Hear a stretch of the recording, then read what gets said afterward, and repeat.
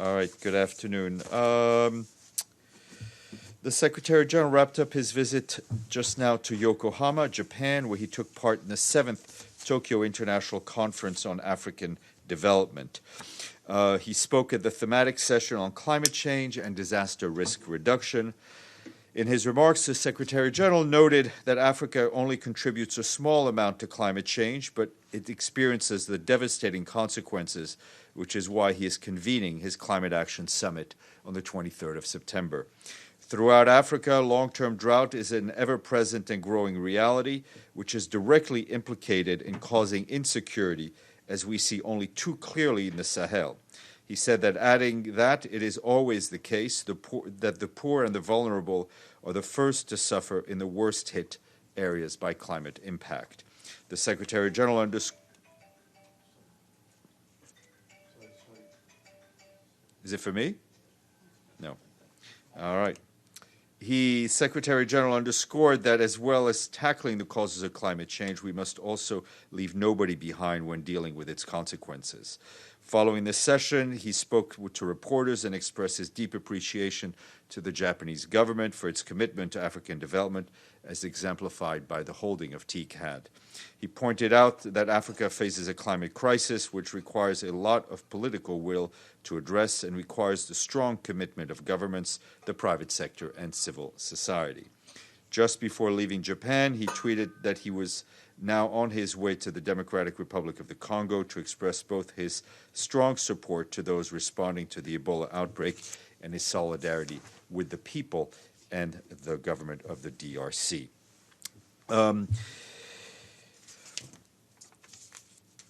Turning to Yemen, where preliminary reports from medical facilities indicate that in the past 2 days, as many as 13 people have been killed and at least 70 others were wounded during the clashes in Aden and Abyan Governorate. Streets in Aden are empty and flights to and from Aden Airport are temporarily suspended. In remarks made today by the humanitarian coordinator, Lise Grande, she called on everyone who is fighting to respect their obligations under international humanitarian law. She also reiterated her appeal for support to the humanitarian response in Yemen. The operations in Yemen are in deep trouble, she said. Pledges made at an international conference in February have not materialized. And we mentioned last week, vaccination and health programs have been suspended. Protection services for victims of sexual and gender-based violence were also scaled back. If donation pledges are not met soon, 22 major programs could be closed in the coming weeks. Yemen is the world's worst humanitarian crisis. Almost 4 out of 5 people in that country require some form of humanitarian assistance or protection. This year's humanitarian response plan requires $4.2 billion to assist more than 20 million Yemenis, including 10 million people who have relied entirely on humanitarian assistance to meet their basic needs. As of today, the plan is only 34% funded. And also on Syria, here in the Security Council, the Special Envoy for Syria, Geir Peterson, briefed Council members. He said that the scale of violence and instability in Syria is extremely alarming, with an ever-rising death toll and millions of people displaced. In Idlib, he said violence continues unabated and stressed that counterterrorism tactics cannot put at risk the lives of 3 million civilians who have a right to protection under international humanitarian law. He emphasized that the solution to the situation in the country needs to be a political one. Mr. Peterson said that tensions between Israel and Iran are extremely worrying and urged all parties to respect the sovereignty of Syria and all states in the areas by showing maximum restraint both in action and in rhetoric. Mr. Peterson will be available to speak to you at the Council stakeout at about 1 p.m., and we will make that announcement beforehand. Under-Secretary General for Humanitarian Affairs, Mark Lowcock, also briefed the members of the Council, and he said the UN is continuing to carry out relief operations and has reached 6 million people around the country this year. However, he said with less well-funded than 2018, he appealed for countries who made pledges in the Brussels conference in April to take action to implement them. And I wanted to flag that we have 4 new UN resident coordinators covering 5 countries to announce: Chad, Belize, Dominican Republic, El Salvador, and Serbia. These appointments follow the confirmation from the respective governments. Violette Kakioma of Uganda will serve as the UN resident coordinator in Chad. Brigitte Gerstenberg of Germany will serve in El Salvador and also covering Belize. Mauricio Ramirez Villegas of Colombia will be the new resident coordinator for the Dominican Republic, and Françoise Jacob of France will serve in Serbia.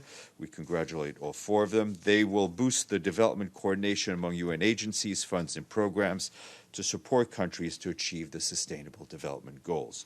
We're also proud to announce that we remain with full gender parity among all our RCs, covering 162 countries and territories.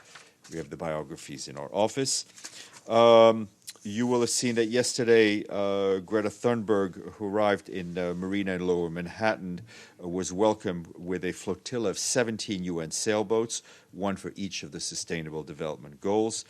In a tweet, the Secretary General welcomed her and praised her determination and perseverance during her journey across the Atlantic, and said her example should embolden all of us to take part in next month's Climate Action Summit.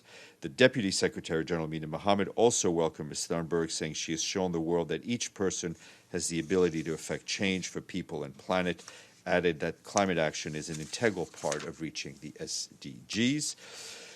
Today is the International Day against nuclear tests. In a message to mark the day, the Secretary General called on all countries to commit to bringing nuclear tests to a permanent end.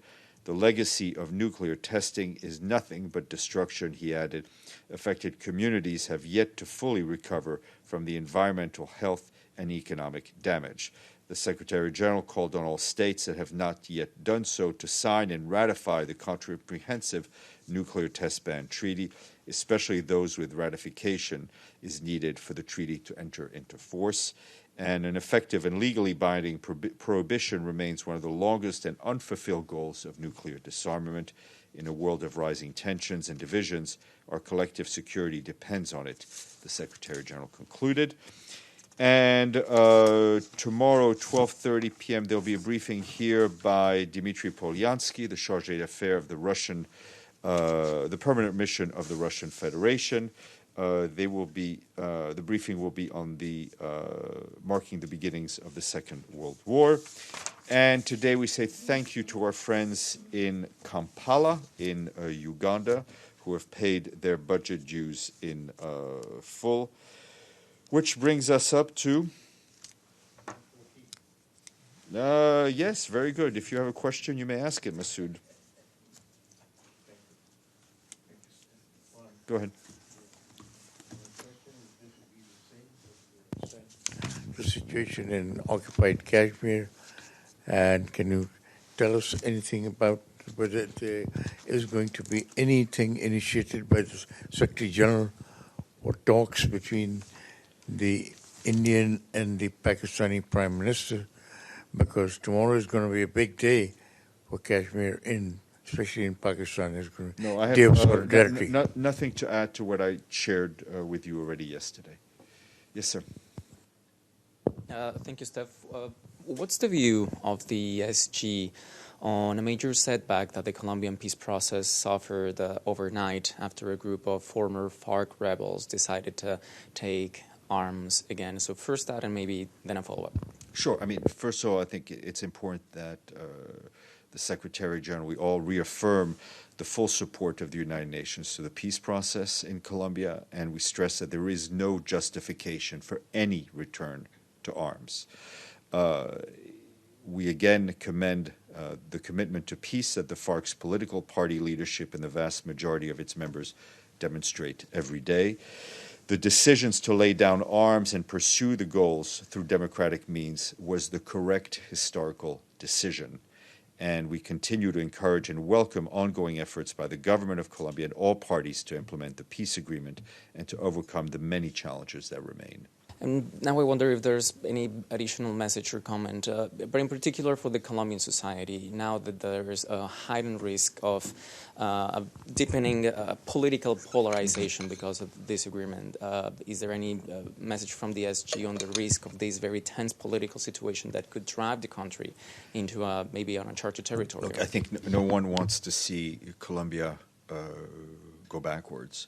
I think it is important that all those who are directly involved in the peace process reaffirm their commitment to this process. Said that the courageous decision to lay down arms was the right historic decision. We need to move forward to ensure peace and stability for all the people of Colombia. See. Thank you, Steph. Obviously, a lot of your plate, but I have to turn you on the other side of the planet, Kosovo. As you know, the Secretary General in all his reports supported strongly the dialogue between Pristina and Belgrade. There are recent reports, very recent actually, that Serbia apparently was bribing some African states to withdraw recognition of Kosovo, which is hindering element to that continuation of the dialogue. What's the position of the Secretary General on that? In that context? We have no way. We've seen press reports like anyone. We have no comment and no way to verify or know any of the facts that are alleged. Said the Secretary General's commitment to the dialogue continues, and he will continue to report back regularly to the Council. Yes, sir.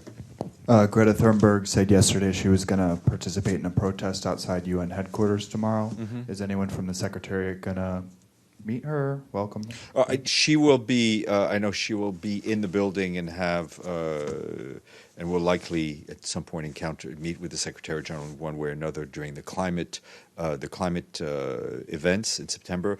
I'm not aware of any plan for her to come into the building. You should check with her people, and I will check also on our end.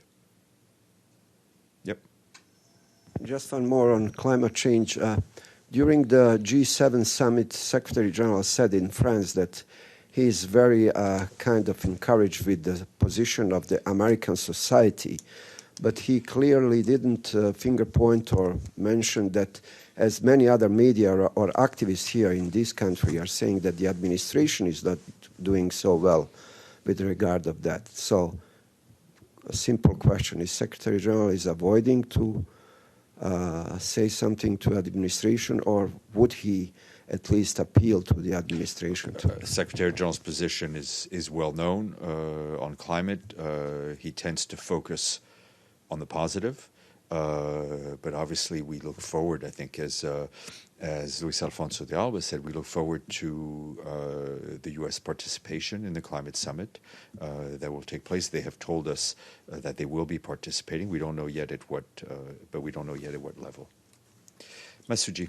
Yes, thank you, Stéphane. Stéphane, on this Yemen situation, which you just broached in your briefing earlier, that the blaming UAE for the air raids and the killings of people. Mm-hmm. Has that the United Nations also independently observed and said that, in fact, air raids are responsible for killing of the civilians? Look, we're very alarmed about what has been going on in Aden recently. It's obviously putting the lives of civilians at risk.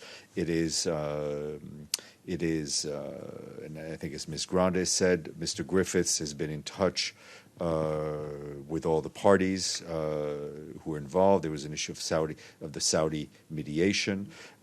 We are not directly involved in those talks, but we are in touch with all the parties, and obviously with the need to diffuse the situation and refocus everyone's attention on a broad political process for the future of Yemen and its people. These areas are being coordinated by UAE and Saudi Arabia, or they're the same?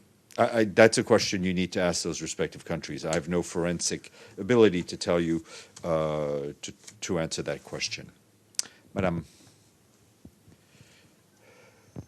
Thank you, Stéphane. I just wanted to ask if there were any updates as far as the Amazon fires are concerned. Have there been any other missions or countries that participated? Yes, in terms of the Amazon, we are working with, at this point right now, with the government of Bolivia, which has engaged the UN on trying to get support for its efforts to fight the fires.